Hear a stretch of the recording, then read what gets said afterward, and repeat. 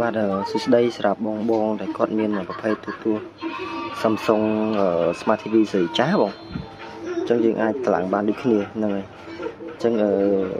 ចាំទៀតខ្ញុំដល់កន្លែងតម្លើងហើយចាំខ្ញុំថតវីដេអូចូលតដូចគ្នាទៀតសេរីចាស់ហ្នឹងបងប្អូនអាចចូលបានណា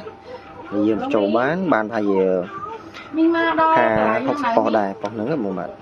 ទូហ្នឹងបាច់50ប៉ុស្តិ៍ជាងបាទហ្នឹងអញ្ចឹងពេលបងប្អូនតម្លើងអេបហ្នឹងបានហើយគឺវាចេញមកអញ្ចឹងបងប្អូនបាទ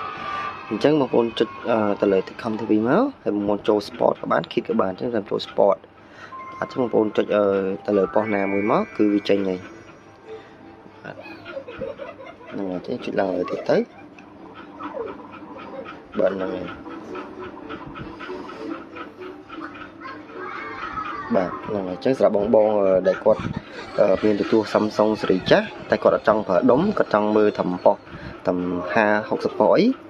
គាត់អាចមើលបានយើងអត់ចាំបាច់ចំណាយច្រើនទៅទិញដុំទៀតទេវាមាន Samsung សេរីហ្នឹងណាអញ្ចឹងបងប្អូនមានអីអាចតាក់ទងខ្ញុំបានខាងខ្ញុំអាចតម្លើងជូនបានសូមអរគុណ